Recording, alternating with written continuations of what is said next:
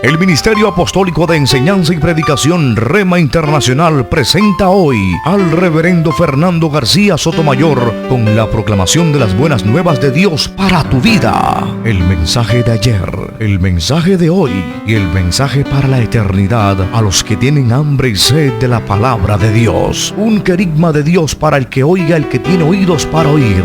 Escuche el dabar del Eterno a las naciones. Ahora es el tiempo para recibir el rema del Espíritu Santo a tu espíritu. Escuchemos con fe la memra del Señor para el alma.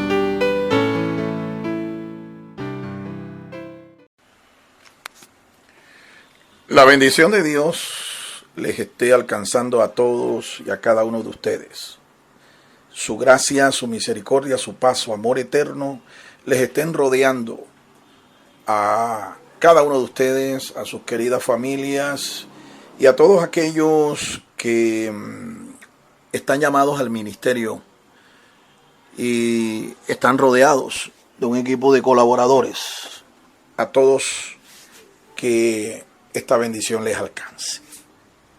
Hoy quiero disertar sobre un tema que hace algún tiempo he querido compartir, pero bueno, hasta ahora se me ha dado el tiempo, se me ha dado la oportunidad.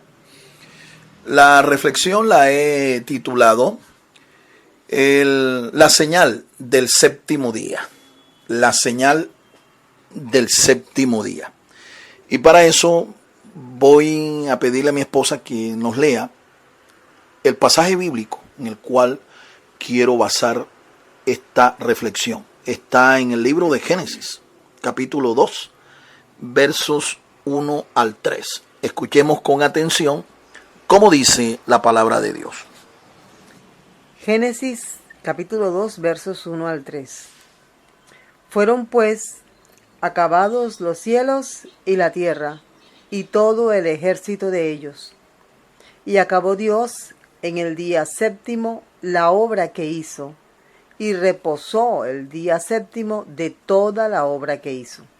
Y bendijo Dios al día séptimo, y lo santificó, porque en él reposó de toda la obra que había hecho en la creación.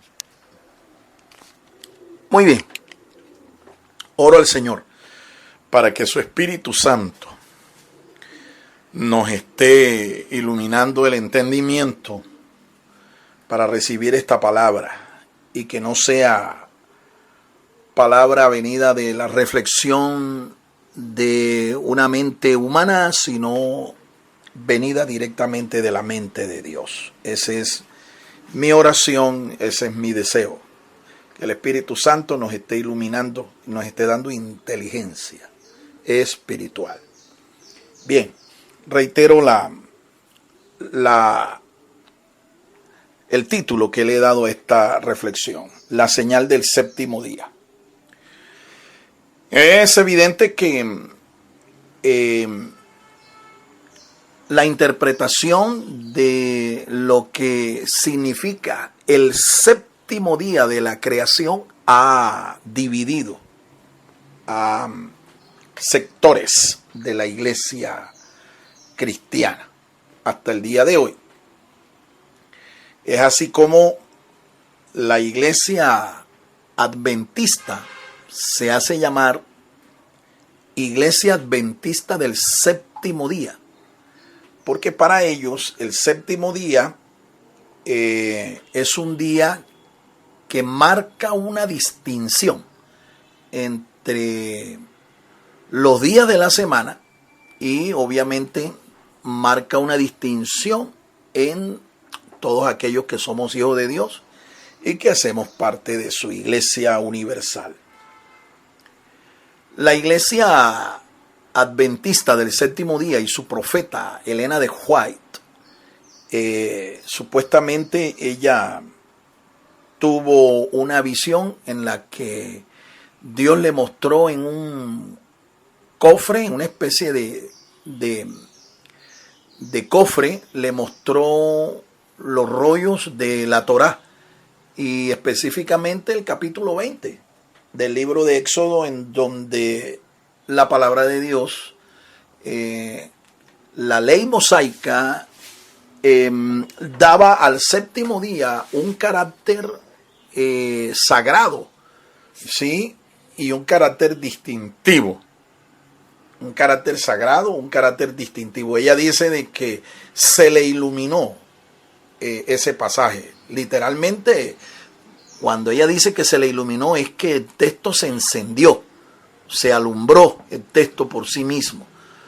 Desde entonces, esta profeta enseñó a la iglesia sabática de que ellos debían guardar un día en la semana para dedicarse a la adoración, para dedicarse a la exaltación, para dedicarlo a Dios, reposar en el Señor.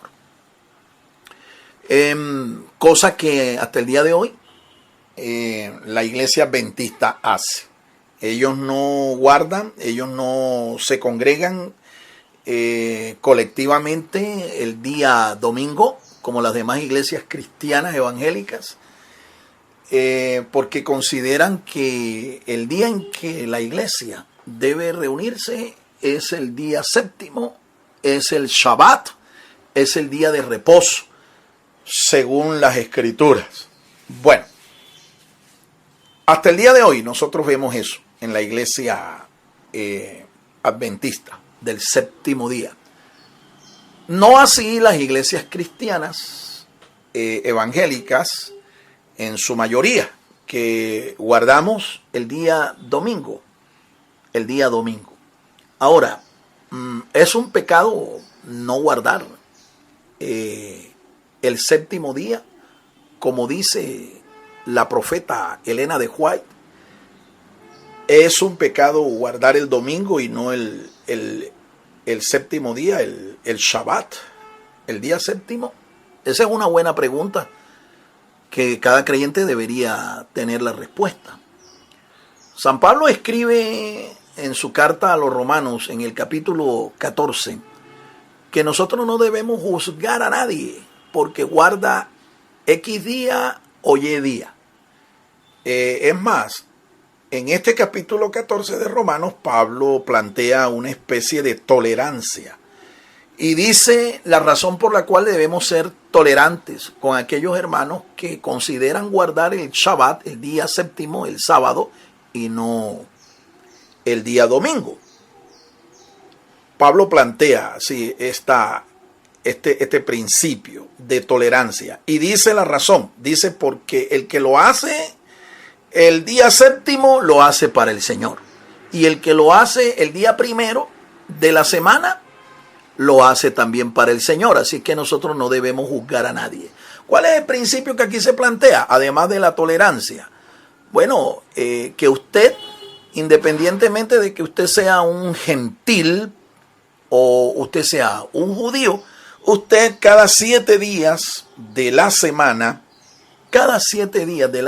usted debe dedicar un día a la adoración al Señor, a reposar en el Señor, a cultivar su vida espiritual, a cultivar también la vida espiritual de su familia y de su congregación local, o incluso darle descanso al cuerpo físico, darle descanso. Este principio está claramente establecido aquí.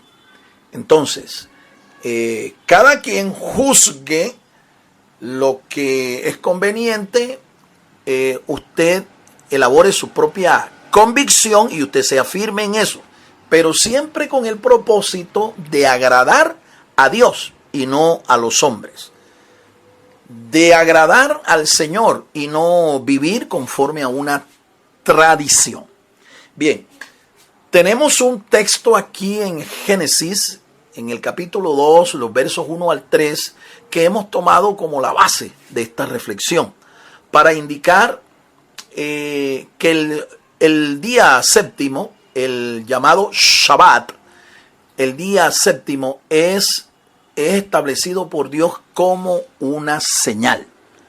Es una señal profética. Ahora, el vocablo que se usa aquí en hebreo para día séptimo Día séptimo es el vocablo Yom Shevi. Yom Shevi. Y literalmente debe traducirse como el día séptimo. Es un número ordinal. Día séptimo. El pasaje dice que Dios bendijo este día. Dios lo santificó y Dios reposó de su tarea. Ya en los días anteriores, en cada día, Dios había hecho su obra creativa. ¿Sí? Primer día, segundo día, tercer día, cuarto día, quinto día, sexto día. En el sexto día creó al hombre a su imagen y semejanza, como dice el texto. Y en el séptimo día Dios reposó de su obra creativa. Dios reposó, Dios descansó. El vocablo, voy a pedirle a mi esposa que me ayude en esto. El vocablo reposó viene del hebreo Shabbat. Necesito que lo confirme, porque voy a descubrir aquí el valor numérico que tiene esta expresión. ¿Sí? Día séptimo, Yom Shevi, es ordinal. Se refiere al día séptimo, no a 7, sino al día séptimo. Ustedes saben que en las matemáticas existen los llamados números naturales. 1, 2, 3, 4, 5, 6, 7, 8, hasta el infinito. También existen los números ordinales. Primero, segundo, tercero, cuarto, quinto, sexto, séptimo, octavo, hasta el infinito. Y también dice las matemáticas que existen los llamados números quebrados. Un medio, un tercio, un cuarto, un quinto, un sexto, un séptimo, un octavo, 2 cuartos, 3 cuartos, etcétera, etcétera, etcétera. Ok, entonces, quiero remitirme a la expresión Shabbat, que se usa aquí para indicar que Dios reposó. Así se tradujo, reposó. Pero quiero que miremos con qué letra se escribe esa expresión Shabbat. La letra Shin, Letra Shin, Bet, la letra Bet Tau. y la letra Tav. Shin, Bet y Tav. Ustedes saben, y esto no es invento de los cabalistas judíos, esto es invento de la gran sinagoga, ¿sí? La gran asamblea que dirigió al pueblo de Israel después del exilio babilónico y que los hizo retornar allá a su tierra, en Jerusalén, por mano y con el respaldo de los reyes medo-persas. La gran sinagoga estaba conformada por 120 judíos sabios. Entre ellos habían profetas, escribas, levitas, sacerdotes. Entre ellos estaba Esdras. Y se cree que Esdras, sacerdote y escriba, era el presidente de esta institución. Ellos fueron los que crearon la Cábala. No los judíos rabínicos de la Edad Media. No, la Cábala fue aquí. Y nació como una técnica de interpretación sana. Después, allá en la Edad Media, es cuando la Cábala se degenera porque se basa no en las escrituras en las que se basaron Esdras y toda la gran sinagoga, sino se basaron en el Talmud, en el Zohar y en libros que no son de inspiración divina, no son de inspiración sobrenatural. Allí comenzó la degeneración de la Cábala. Pero la Cábala de la que le estoy hablando es la Cábala que nació en el período del Segundo Templo, donde Esdras fue el presidente de esta gran institución llamada la Gran Sinagoga. Entonces, el vocablo Shabbat, ¿ve?, que se escribe con las letras Shin, Bet y Tav, tiene un valor numérico, porque cada letra del alefato tiene un valor numérico. Entonces, observemos. Pongamos mucho cuidado. Shin es 300. Bet tiene un valor de 2. Entonces serían 302. Vamos sumando. Y Tav, 400. Sumamos. 302 más 400 nos da 702. Escúchame. 702. Esa cantidad nosotros la llevamos a un dígito, sumando los números entre sí. 7 más 0 más 2 y nos da 9. Nos da 9. Bien. Increíble. La palabra Shabbat Tiene un valor de 9. Y este número es interesante porque es el valor numérico también de una palabra muy importante para el cristiano, para el judío. Y es la palabra verdad. La palabra verdad en hebreo se escribe con las letras Aleph, Men y Tav. Aleph, Men y Tav. Emet se dice y se traduce como verdad. Verdad. Verdad. Alabado sea Dios. Quiere decir entonces que hay una conexión espiritual entre el Shabbat, el reposo de Dios, y la verdad. Hay una conexión espiritual. Hay una relación directa. Una relación espiritual entre la verdad y el Shabbat. Bendito sea el nombre del Señor. Bien, te estoy diciendo entonces, y esta es mi reflexión. Esta es la manera como yo interpreto el propósito de Dios cuando Él estableció el Shabbat. ¿Sí? Cuando Dios estableció el Shabbat, lo estableció como una señal profética. ¿De qué es señal profética el Shabbat? Ahora quiero decirte que esta es una expresión obviamente retórica. ¿Por qué? Porque Dios no necesita descansar. Dios no necesita descansar. Dios no es un ser humano como nosotros que después de ciertas horas de actividad física, ciertas horas de actividad laboral, nos cansamos y tenemos que reposar, tenemos que descansar. No, Dios no es así. Sin embargo, nosotros sí necesitamos reposar. Nosotros sí necesitamos descansar.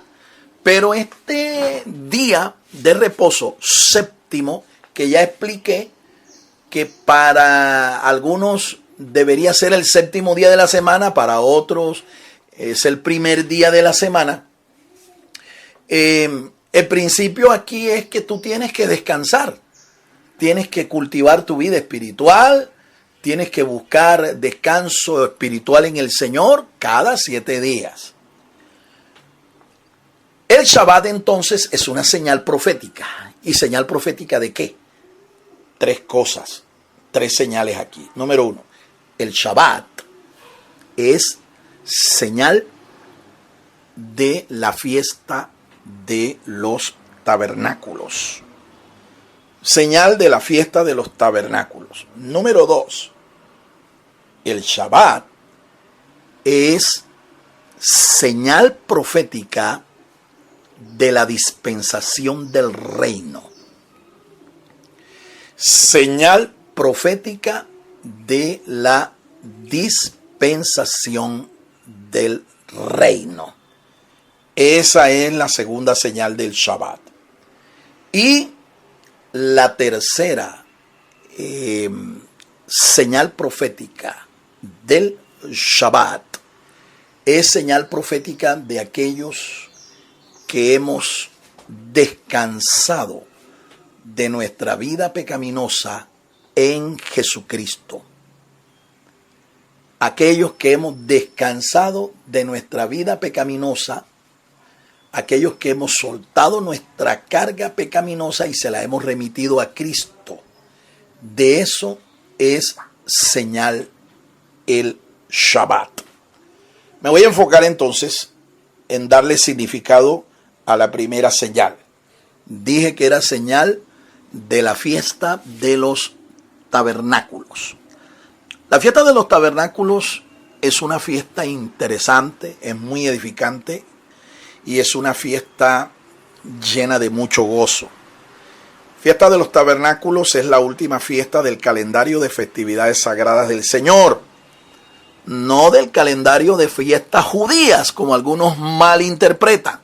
Estas fiestas no son de los judíos, estas fiestas son del Señor. Así que todo aquel que se identifica con el Dios de Israel, todo aquel que se identifica con la fe de Abraham, todo aquel que se identifica con la fe de nuestro Señor Jesucristo, debería celebrar estas festividades. Además de que son ensayos en realidad. son ensayos que el Señor nos establece para acercarnos a Él, para gozarnos en Él. Además de esto, son fiestas que van a ser restituidas en el reino. Sí, Señor. Así que más te vale que aprendas y comiences a ensayar para que cuando el reino se establezca, para ti esto no sea algo extraño, algo ajeno, ¿sí? Como si no tuviera nada que ver contigo, cuando es todo lo contrario, tiene todo que ver con nosotros, ya que tú y yo somos creyentes en Jesucristo, participamos de la misma fe abrahámica y participamos de la misma fe judeocristiana. Alabado sea el nombre del Señor. Bendito y alabado sea su nombre. La fiesta de los tabernáculos tenía 7 días de celebración. 7 días. Comenzaba con un Shabbatón y terminaba con un Shabbatón. Es decir, con una fiesta para reposar en la presencia del Señor. 7 días, que para el pueblo hebreo significa una recordación. El tiempo en el que ellos estuvieron viviendo en tiendas de campaña en el desierto hasta poder entrar a la tierra de Canaán, la tierra prometida, la tierra de Canaán. Ellos estuvieron 40 años viviendo en tiendas de campaña. Cuando hoy en día el judaísmo ortodoxo celebra esta festividad, eso es lo que ellos celebran. Esto es lo que ellos celebran. Pero para aquellos que le hemos dado a esta festividad un sentido mesiánico y la celebramos con una perspectiva cristiana, una perspectiva bíblica, celebrar la fiesta de los tabernáculos no es solo una celebración que apunta a la historia, al pasado, sino que apunta al futuro. Apunta al futuro. ¿Y a qué exactamente está apuntando? Al tiempo cuando el santuario de Dios, cuando el tabernáculo de Dios se establezca aquí con los hombres y comience el reinado milenial de nuestro Señor Jesucristo. La Biblia dice que Él va a venir. Esta es la oración del Padre nuestro. Venga tu reino. El reino va a venir y se va a establecer en cabeza del Rey de Reyes, del Señor de Señores, de Yeshua HaMashiach, Jesús, el Mesías. Un reinado que será con vara de hierro, un reinado que durará por lo menos 1000 años. Y allí estaremos siempre con el Señor y co-gobernando, porque es un gobierno, un modelo de gobierno. A esto se le llama la teocracia. Se le llama la teocracia. Entonces, la fiesta de los tabernáculos lo que está tipificando es justamente esta festividad que en la ley mosaica se estableció. ¿Sí? El mismo Señor estableció que su pueblo tenía anualmente que celebrar esta festividad, la fiesta de los tabernáculos, y ellos tenían que vivir durante 7 días en cabañas, tiendas de campaña, allí en tabernáculos, recordando, repito, su historia, pero para nosotros es perfilándonos hacia el futuro, mirando en perspectiva el tiempo futuro. Ahora, esta festividad en realidad no se ha cumplido, como algunos enseñan y dicen de que ya todas las fiestas están cumplidas en el Mesías y que por lo tanto ya nosotros no tenemos por qué guardarlas porque ya Él las cumplió. No, mi amigo, déjeme aclararle. Esta festividad pertenece a las llamadas fiestas del otoño y son fiestas que se celebran en esta época otoñal y anuncian realmente una serie de eventos futuros, eventos escatológicos que aún no se han cumplido. No se han cumplido a la fecha. La venida del reino de Dios sobre esta tierra no se ha cumplido. La venida del Mesías para establecer su gobierno no se ha cumplido. Así es que mientras que eso se cumple, nosotros estamos llamados a celebrarla, a guardarla. Bendito sea el nombre del Señor. Fíjese que está marcado por el número 7. El número 7, que es lo que marca acá las escrituras en el libro de Génesis, en el capítulo 2, que es el día de reposo, el día del Shabbat, el día en que Dios reposó de su obra. Entendiendo, una vez más, que Dios no necesita reposar, que los que necesitamos reposar somos nosotros. Que allí lo que hay es un principio espiritual que todo creyente en el Señor debe obedecer, debe guardar. Número 2, me voy a enfocar en la segunda señal. Dije que es señal profética, el Shabbat, es señal profética de la dispensación del reino. Bueno, la palabra de Dios nos enseña que Dios es dispensacionalista. Es decir, Dios es un administrador. El vocablo dispensación viene del término griego oikónomo. Oikónomo. Un dispensador es un economista, un oikónomo, un administrador de su casa. La casa de Dios es su creación. La casa de Dios somos todos nosotros. La casa de Dios es su creación. Su creación. Eso es lo que significa el vocablo dispensación. ¿Sí? Oikonomía. De ahí viene la palabra al español economía. Oikónomo es el dispensador, es el administrador. Dios es el administrador de todos los administradores. Y Él ha establecido, ¿sí?, periodos de gobierno en su trato con el hombre. Dios ha establecido periodos de tiempo en su trato con el hombre. La forma más correcta, más acertada de interpretar las escrituras es a través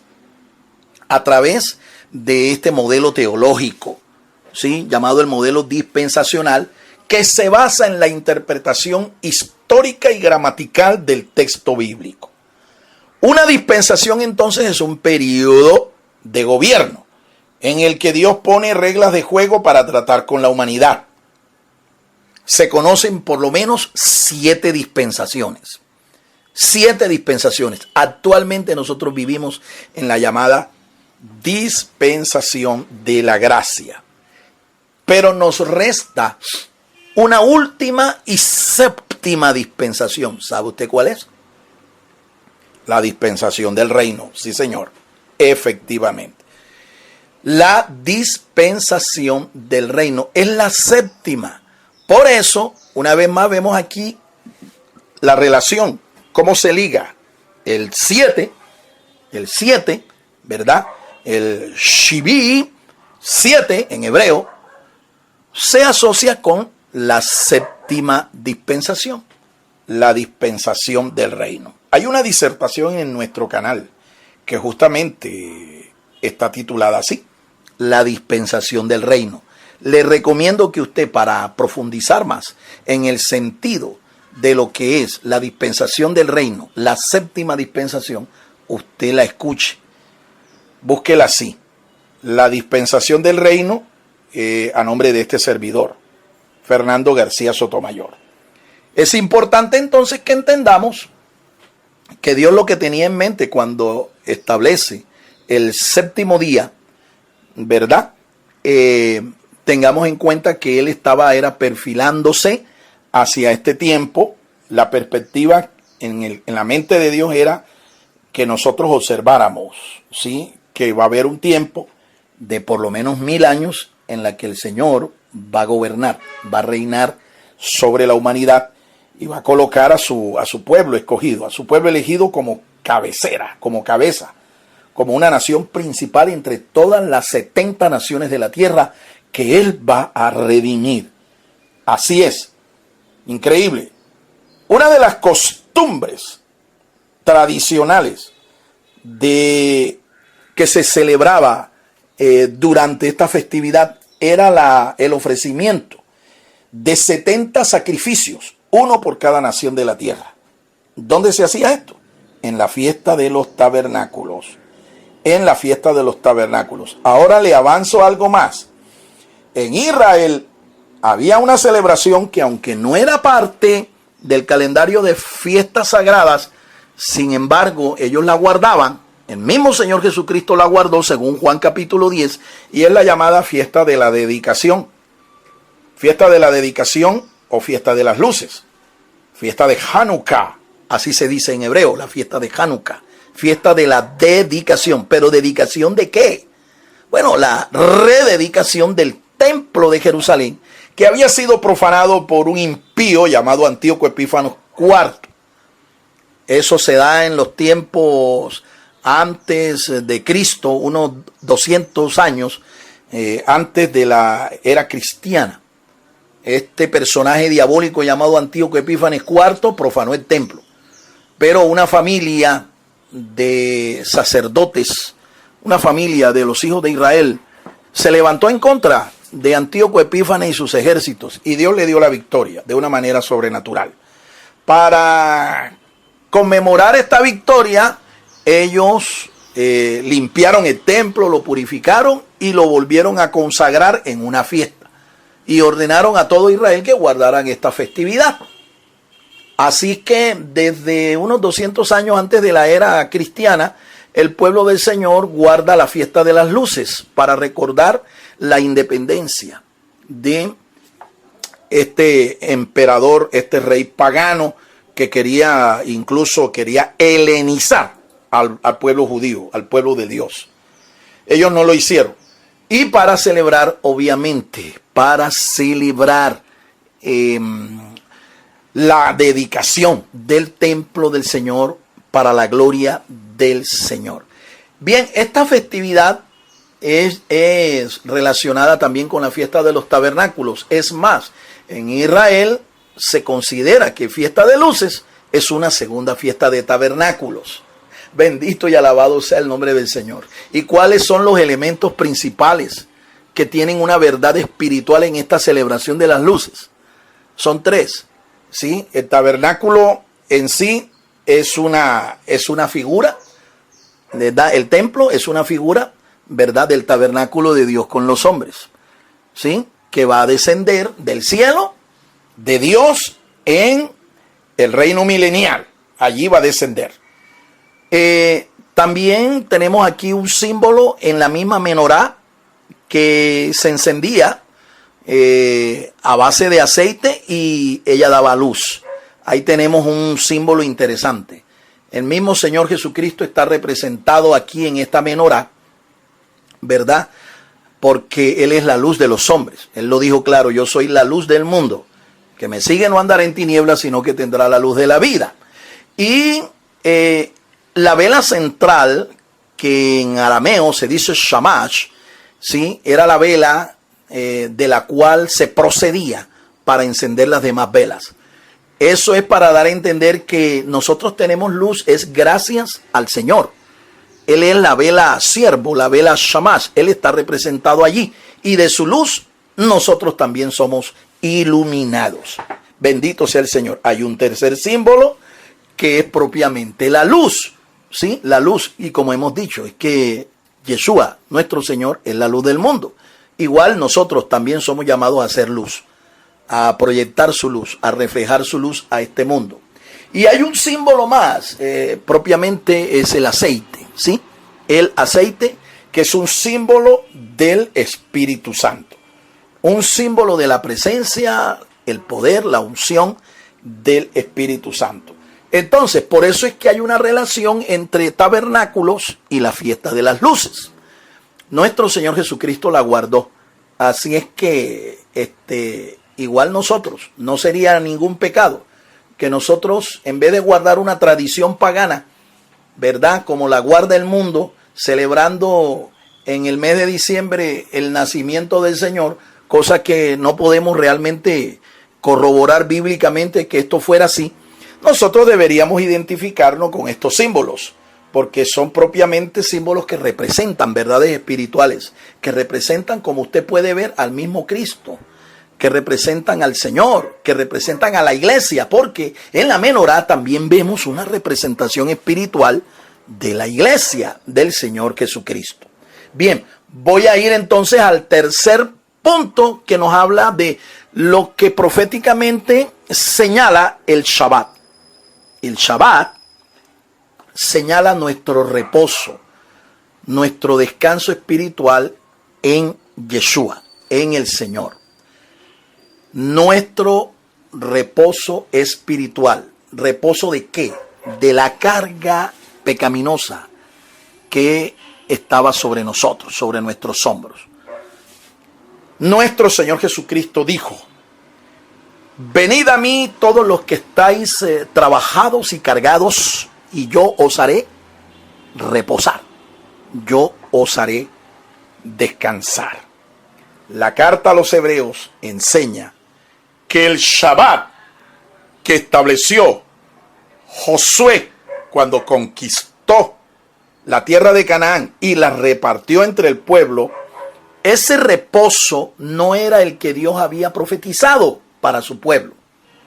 No fue Josué, ni tampoco fue Moisés quien estableció el reposo auténtico para todos los creyentes. El autor de la carta a los Hebreos dice que ese reposo lo hallamos nosotros es en el Señor Jesucristo. Así que el Señor Jesucristo es aquel que nos hace reposar. Por eso fue que él dijo que él era más grande que el Shabbat. Él era más grande que el día séptimo. Él era más grande que el descanso. ¿Por qué? Porque él era quien lo proveía. Él era quien lo iba a dar. Así que los que hemos entrado en el reposo de Cristo, hemos entrado al auténtico y espiritual Shabbat. Hemos entrado al genuino Shabbat preparado por Dios desde antes de la fundación del mundo. Así es que estoy totalmente convencido y creo que las Escrituras me respaldan en esto al decir que quien guarda, o mejor, quien ha reposado en Cristo, está guardando un Shabbat eterno, un Shabbat espiritual, y es el Shabbat que tú y yo tenemos que guardar. Es el Shabbat que nosotros tenemos que disfrutar, ¿sí? ¿Cómo se logra entonces descansar en Cristo? ¿Cómo se logra entrar en el Shabbat espiritual, en el Shabbat genuino, el auténtico Shabbat de Dios? Bueno, recibiendo a Cristo en nuestro corazón, confesándolo a Él, recibiéndolo como el Señor, porque Él es el Señor del Shabbat. Nuestro Señor Jesucristo es el Señor del Shabbat. Así es que les animo para que usted siga reposando en el Señor y esperemos con gozo, esperemos con gran expectativa la venida del reino. Escúchame, había una celebración que se hacía un día después del día o de la semana de tabernáculos, 7 días. Después del séptimo día de celebración de tabernáculos, se hacía una celebración especial. Esa celebración se hacía el 8º día, es decir, el primer día de la semana. Así es que podemos ver allí una relación sinónima entre el 8º día y el primero. ¿Sí? El primer día es el 8º día. Si tú sigues en el orden, séptimo, después del séptimo viene el 8º. Pero el 8º día es el primer día de la siguiente semana. Bien, el Señor llamó a su pueblo a que estuvieran con Él un día más. A ese día se le llama el día 8º, el día de Sheminit Atzeret, ¿sí? El día 8º o el día de la asamblea del 8º día. Asamblea del 8º día, Sheminit Atzeret, es una expresión hebrea. Aquí hay un tipo también representativo, que es muy importante que nosotros lo entendamos. ¿Por qué un 8º día? Bueno, porque Dios quería darles a entender a ellos que el reino que estaba Él estableciendo en cabeza de su Hijo amado, nuestro Señor Jesucristo, ese reino no iba a durar solamente 1000 años o 7 días, como se celebraba en la fiesta de tabernáculos, 7 días, no. Ese reino tenía una condición eterna, más allá del tiempo, iba más allá del tiempo cronológico. El número 8 en las Escrituras es símbolo de la eternidad. Y el octavo día, Shemini Atzeret, representa la eternidad, representa el reino eterno. Esta es una verdad que usted la puede ver allá en el libro del profeta Daniel, capítulo 7, verso 21 al 25. El reino es eterno. No es solamente un reino de 1000 años. No es solamente un reino tipificado en una celebración de 7 días. El reino es eterno. Lucas 1:35 también nos revela que el reino en el que el Señor va a gobernar no es solamente un reino de 1000 años. Así que el Shabbat, fiesta de tabernáculos, dispensación del reino, no es más que una introducción al reino eterno de nuestro amado Salvador, Yeshua HaMashiach, Jesús el Mesías. Eso es lo que representa el número 8. Representa la eternidad, representa un nuevo comienzo, un nuevo inicio, pero en la eternidad con Dios. Por eso fue que el autor del libro de Apocalipsis, el apóstol San Juan, declaró que el reino y el tiempo de ese reino no sería más. El reino no sería más, el tiempo no sería más, efectivamente, porque nuestro tiempo cronológico va a terminar aquí. No sabemos cuántos años serán, ¿sí?, que dure la humanidad, ¿verdad?, hasta alcanzar la glorificación en el Señor. No sabemos cuántos miles de años. Algunos eruditos judeocristianos han establecido que son 7000 años. 7000 años, escúcheme. Y que cada día de la creación representa 1000 años. 1000 años. Y que el séptimo día todavía no ha entrado. Todavía no ha llegado. ¿Sí? Si tú miras el calendario del judaísmo, el calendario de los judíos, te das cuenta de que a ellos le hacen falta 215 años, si mal no estoy, la memoria no me falla, para que llegue al año 6000. En espera, obviamente, ellos, de que cuando llegue al año 6000, entre el séptimo. El séptimo es el reino, la dispensación del reino. Pero te estoy enseñando. Bueno, hay un error en el calendario judío de por lo menos 200 años. Así que en realidad en el calendario judío, para llegar al año 6000, solamente nos hacen falta unos 15 años aproximadamente. Unos 15 años. Así es que mucha atención, mi amado hermano. Lo que te estoy hablando aquí son verdades eternas y no es especulación exclusivamente. No es especulación. ¿Sí? No es especulación. Es un anuncio de una verdad profética. Está en la palabra de Dios y se va a cumplir en su tiempo. Cuando el reino milenial termine, entonces entrará la eternidad con Dios. Entrará el reino eterno con nuestro Mesías a la cabeza y obviamente usted y yo, como parte del cuerpo espiritual de Jesucristo, como parte de su pueblo, como parte de su iglesia, vamos a estar con Él allí por los siglos de los siglos. Dios lo bendiga, Dios lo guarde. Espero que esta reflexión haya sido de completa edificación para su vida. Espero sus comentarios, espero sus preguntas, espero sus inquietudes.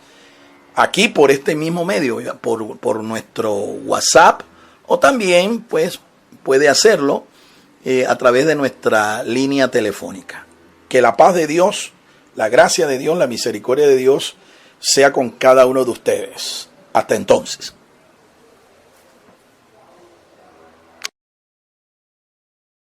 El Ministerio Apostólico Rema Internacional pone a disposición esta predicación. Ofrecemos ministración a simposios, seminarios, campañas evangelísticas, educación globalizada sana y de carácter interdenominacional. Escríbanos a ministerioremainternacional@gmail.com o llámenos al celular 316-270-7181.